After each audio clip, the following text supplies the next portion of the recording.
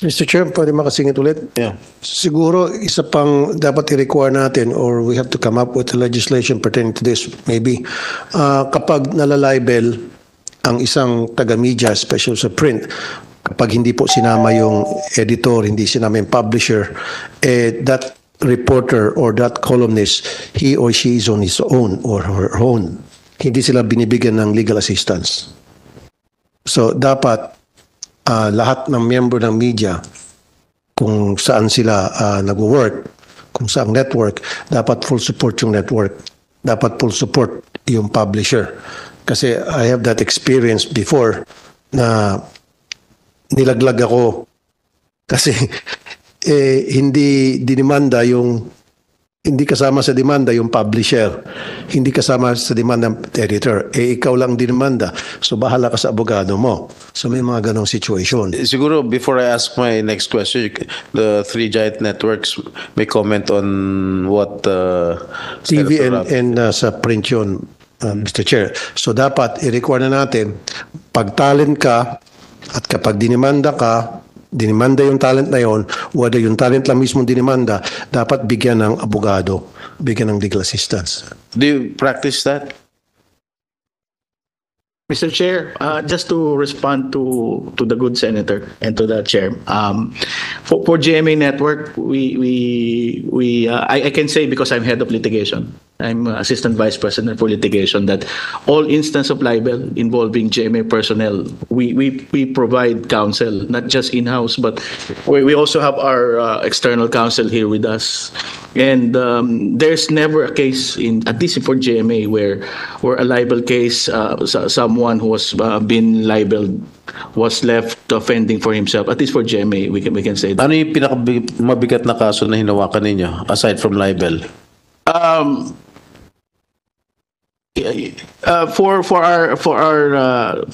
libel, Mr. Chair, sometimes out of most of the tactics na ini-involve sa libel, I think Senator Tulfo can relate to this. Minsan sa probinsya dinidemanda yung talent namin. So if you are a starting out reporter, ang hirap naman pupunta ka ng Kidapawan, for example, to litigate. So perhaps that could be an area where we can look into probably changes in the libel law, yung venue, kasi that's one way of harassing a media personnel, especially now that a media report is seen on the internet. So one common strategy is for you to file a case very far so that yung pobreng reporter will have to travel. What he's referring to, Mr. Chair, yeah, I've experienced that, na taga Manila, yung media man based siya dito sa Manila, yung kanyang TV network or yung kanyang newspaper, and then yung magdidemanda sa kanya, didemanda siya Tawi-Tawi, sa Hulo, kung saan-saang lugar na lupalop, malalayo. At mahirapan siyempre yung pobreng reporter na pumunta doon, then nawawaran siya. Yun hanggang sa makulong. Why is that so? Bakit sa malalayong lugar dinidemanda? Mr. Chair, dun yung Yeah, unfortunately, Mr. Chair, the venue for criminal action for libel is kung saan nabasa o yung report. Mm-hmm. So, while it is logical for them to file it here in Metro Manila, of course, mas madaling maiharas ang media kung kakasuhan mo siya sa malayong lugar. Siguro, Mr. Chair, it's about time that we have to revisit that law and probably change it para naman maging fair hindi lang sa mga taga-media, kung hindi sa lahat, even sa mga vloggers, para masiguro na hindi magiging harassment yung pagpapile ng libel or any case for that matter laban doon sa kinakasuhan. Kasi mahirap naman, papailang ka sa napakalayong lugar at ang masaklap pa niyan, there were instances na hindi alam nung pinailan na meron pala siyang kaso kasi tawi-tawi nga Hulo. And then magugulat na lang siya, may warrant na, huli na siya di sa Maynila. And that happened to several people that I know. So that has to be changed. Especially sa mga reporter, sa mga taga-media. ABS. Mr. Chair, for ABS-CBN, the company supports and helps in the defense of the Do you provide legal counsel Yes, Your Honor. to those involved with Yes, libel yes. cases? We do. How many libel cases have you experienced? In your company, Sir, Your Honor, ilan yung mga Since- nakasuhan ng libel? right now I don't have the number, but we have had several libel cases since way back 2006, Involving prominent personalities? involving Or, ha? GMA. Sino? GMA. Classmate ko po si Attorney Cruz, nagdedemandahan po kami minsan. Ah, okay. TV5? Mr. Chair and Senator Tulfo, we acknowledge po yung naging experience nyo. In terms of TV5, it's the same, sir. Our news team abide by the content that they provide to the public, sir. So we give legal assistance. I think in the last 5 years, we've had less than 5 or 10 libel cases. But So you provide legal counsel to them? yes, sir. That said po, I think meron din pong puwang para pag-usapan na sometimes you also take into consideration if there may have been violations as well by the talent or deviations from protocol. Kasi po the general standard naman po, even with their contracts, with their block timers, and with their talents, nakasaad na po doon na they would comply with MTRCB, KBP rules. So meron lang pong instances, for example, may nangyayari po na for live programming, meron pong mga deviations. So those are exceptions po na I think dapat din pong pag-usapan and i-consider po. Okay, so I just want to add, Mr. Chair, TV5 is okay kasi nagtrabaho ko sa TV5. Talagang well provided ako sa lahat ng mga pangailangan ko, legal assistance. Nakasuhan na kayo ng libel, di ba? Nung panahon ng T3, No? ata I think if I remember, and sinuportahan naman kami ng TV5, binigyan kami ng legal assistance. Gusto ko lang po malaman ng lahat na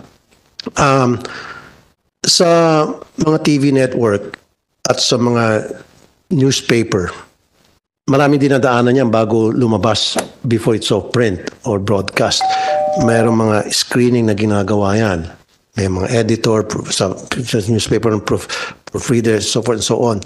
So, kapag na-demanda usually yung any member of, say, Channel 5, Channel 7, Channel 2, usually it's form of harassment para matigil na yung pag-expose ng network doon sa katiwalian ng kung sino man Poncio Pilatong yon. And I've experienced that. So, halimbawa, TV5, meron pong pinapalabas na mga balita o expose tungkol sa isang katiwalian. And then yung tinatamaan doon, magdidemanda para mapahinto. Although TV5 is saying lahat ng sinasabi doon sa report ay tama, kaya lang yung nasasaktan, magdidemanda. Kasi ang kakaibahan po kasi sa mga TV network sa mga newspaper kumpara doon sa mga independent blogger, may accountability kasi ang mga reporter, mga cameraman, anchor pag nasa TV station sa traditional. Unlike sa mga independent blogger, walang nagpupulis sa kanila eh. Walang accountability. So pwede silang magbitaw ng salita kahit anong salita ang gusto nila because wala nag-check and balance. Unlike sa mga TV networks, sa mga newspaper, of course, sa radio station. Yan yung po na-experience ko. Kaya, ang gusto ko lang parating ngayon dito, again, tulad sa sabi ko time and time again, sana po yung mawala na yung contractualization sa lahat ng whether print, radio, and TV. Sana maging regular na lahat at magkaroon ng full benefits at yung salary sana at par with the industry. Kung ano yung magandang kalakaran. Wala na sana yung mga below minimum kasi alam ko, especially sa print, wala namang print dito, ano? Sana meron tayong inimbita mga taga-print. Meron ba? May We have taga-print ba tayo? representatives from the Dapat meron From din print? tayong taga-print. Notaryo? Wala. Meron din kasi sa mga taga-print. Okay. I think during the last hearing, they were present here. But they did not attend today's hearing. Maybe we can call them back on the next hearing. Yun lang po. Kasi galing din ako sa media, so alam ko yung hinaing, yung problema na naramdaman ng mga taga-media because nagtrabaho po ako sa print, nakapagtrabaho ko sa radio and TV, lahat yan, dinaanan ko yan. So alam ko yung problema ang naranasan nila. So sana magtulungan tayo ngayon. Nandito na po ako sa Senado. Of course, yung karanasan ko noon bilang media man, mailalabas ko na rito at para masuportahan naman yung mga taga-media natin. Like I said earlier, napakahalaga po ang papel na ginagampanan ng mga taga-media dahil sila po ang nag-educate sa atin kung ano talagang tunay na nangyari sa ating bansa. Kung ano yung mga dapat malaman ng taong bayan, whether that's primetime news or any time of the day na news, na galing po sa ating mga tawagin kong traditional media. Dahil walang fake news na lumalabas sa kanila. Talaga, I can say that. Regardless kung anong TV channel yan, I know that for a fact na pag yung regular, yung mga TV stations, hindi nagpapalabas yan ng mga fake news. Yung mga radio stations, TV and radio stations, hindi yan. Maging sa mga newspaper.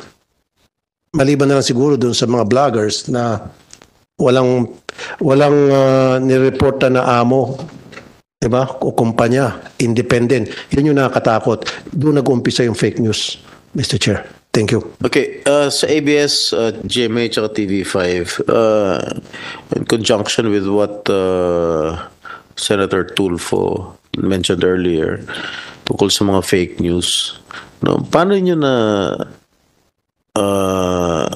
hindi ba kayo nag-scrutinize muna ng mga news bago kayo mag-broadcast? Jimmy, ikaw, Jimmy. Thank you, Mr. Chair. Yung pong proseso Kasi kunwari, Yes. meron kayo natatanggap ng mga balita, hindi naman kayo sigurado kung totoo, pinabroadcast nyo kagad o... Yung po kasing kalakaran for GMA, multi-level po kasi ang vetting ng news bago siya lumabas sa TV o sa online platform. Meaning, nagsisimula po yan by, of course, yung reporter pitching kung ano yung hawak niya. Pero, of course, yung reporter na yon will have to report to his program manager and yung pang mga bosses. And sometimes, meron pa pong layer na merong mga editorial review. Ako po nakaupo sa ilang editorial board, minsan nagpe-preview po kami. So mahaba yung proseso bago siya lumabas. Okay. Meron na bang instance na kunwari merong mga well-known personalities o diretso na kita, mga politiko na nakikiusap sa inyo na wag ilabas to, wag ilabas itong storyang to kasi nakakasira sa politikong to. Pero bang mga politiko na nakikiusap sa inyo? Damage control. To be frank with the chair, may mga naririnig po kami pero hindi po direktang sa amin. Kaya ang nangyayari po Parang news blackout, parang ganun. usually, kung naman po sometimes makatanggap ka ng sulat mula sa abogado nila na kung maaring i-hold muna. Pero ano po kasi... Meron din ganun. Meron po, pero it never went to the level that we had to deliberately pause because we know that as a public franchisee, obligasyon po namin na Pag magbigay. kunwari meron nga isang politiko na nakiusap diretso sa inyo, anong sasagutin niyo? Halimbawa, ako. O nila ako dahil never naman ako nakiusap dyan sa mga ganyan. Halimbawa ako, bilang isang senador, attorney, baka pwedeng wag muna ilabas yan. Ano gagawin ninyo? Lalabas nyo pa rin o Sa into... GMA po, wala naman po kaming kinitil na balita. Yun lang po ang sagot namin. Salamat, Mike Enriquez. Alam mo, Mr. Chair, sa nangyari yan, alam mo, mayroong politiko makiusap. This is from my experience na kung pwede wag na ilabas, ilalabas pa rin yan ng network o ng radio station, pero both sides pakikinggan. Sige, yung ilalabas namin yung istorya namin about you, pero we will get your side para patas. Usually ganun Wala pa akong alam na taga-media na just because sinabi ni politiko wag ilabas, hindi na ilalabas. Kasi masisira sila, mawawala yung credibility nila. So as far as I'm concerned, walang ganun na sa pakiusap ng politiko tumitiklo po yung isang TV network or radio station. ABS? Mr. Chair, unfortunately, I'm not involved in news production. So in regards to your particular question, I'm not in a position to answer. But as far as I know, ABS has ethics manual for news. One of the principles is a balanced news reporting. Alright. Mr. Chair, for TV5, I also do not have knowledge of those kinds of instances, but we also have a news code of ethics, so we stand by impartiality and integrity in terms of reporting. Alright. Okay, Mr. Thank you. Chair, let me add again, tungkol dun sa mga vloggers, baka ma-misquote ako. Marami ding mga independent vloggers na responsible. There are many of them. Now, although they don't report to a certain company, an entity, and they're just by themselves, independent, responsible pa rin sila.